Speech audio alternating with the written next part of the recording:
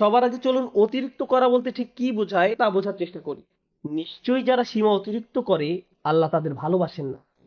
আমরা সবাই জানি আল্লাহ আজ্জা ওয়া জাল্লা কোরআনে কাফির বা অকৃতজ্ঞদের নিন্দা করেছেন। আল্লাহ আজ্জা ওয়া জাল্লা তাদেরও সমালোচনা করেছেন যারা মুনাফিক এবং শিরকে লিপ্ত।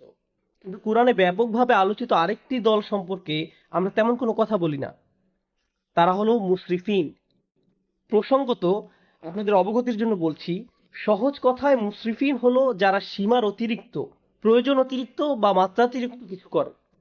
ফেরাউনের জন্য এই পরিভাষাটি ব্যবহার করা হয়েছিল। কুরআনে বলা হয়েছে ওয়া আন্নাল মুসরিফিন হুম আসহাবুন নার, এবং সীমা লঙ্ঘনকারীরাই জাহান্নামী। তাই এটা আসলেই কঠিন একটা শব্দ। যারা অতিরিক্ত করে, মাত্রাতিরিক্ত করে, আর বেশি বা অতিরিক্ত করার বিভিন্ন পর্যায় রয়েছে। আল্লাহ তাআলা কোরআনে একজন নবীর উদ্ধৃতি দিয়েছেন যখন তিনি তার সম্প্রদায়কে উদ্দেশ্য করে বলছিলেন ওয়ালা তুতিউ আমরাল মুসরিফিন, এবং তোমরা সীমা লঙ্ঘনকারীদের নির্দেশের আনুগত্য করো না। সুতরাং দেখা যাচ্ছে সীমার অতিরিক্ত করা একটা ঘৃণিত খারাপ গুণ। আর বিষয়টা উপলব্ধি করা গুরুত্বপূর্ণ। আল্লাহ আজ্জা ওয়া জাল্লা আকাশের বর্ণনা দিতে গিয়ে বলেছেন সামা রাফাআহা ওয়া ওয়াদাআল মিজান, অর্থাৎ তিনি আকাশকে সমুন্নত করেছেন আর তাতে তিনি পাল্লা স্থাপন করেছেন, ভারসাম্য স্থাপন করেছেন। মানে হলো পৃথিবী, চন্দ্র, সূর্য সবকিছু তার নির্দিষ্ট জায়গায় ভারসাম্যপূর্ণ উপায়ে স্থাপন করা হয়েছে।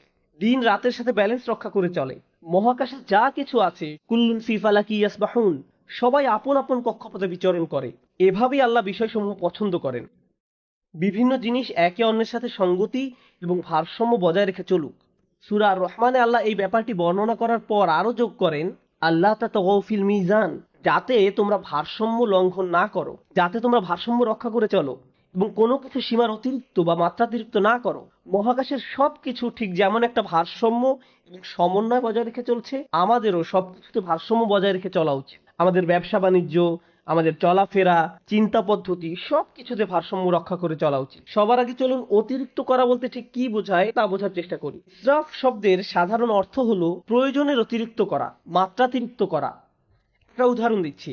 রমজানের সময় ইফতার শুরু করার পূর্বে অনেকেই নিজের প্লেটে যত পারেন খাবার নিতে থাকেন। তখন মনে মনে ভাবেন এগুলো শেষ করা কোনো ব্যাপারই না, কিন্তু প্লেটের 25% খাবার শেষ করতেই আপনার পেট ভরে যায়।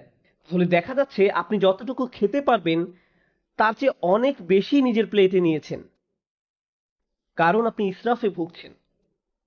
যা দরকার তার চাইতেও অনেক বেশি নিচ্ছেন, কারণ আপনার ক্ষুধার অনুভূতির ক্ষতিপূরণ করছেন। খাবারের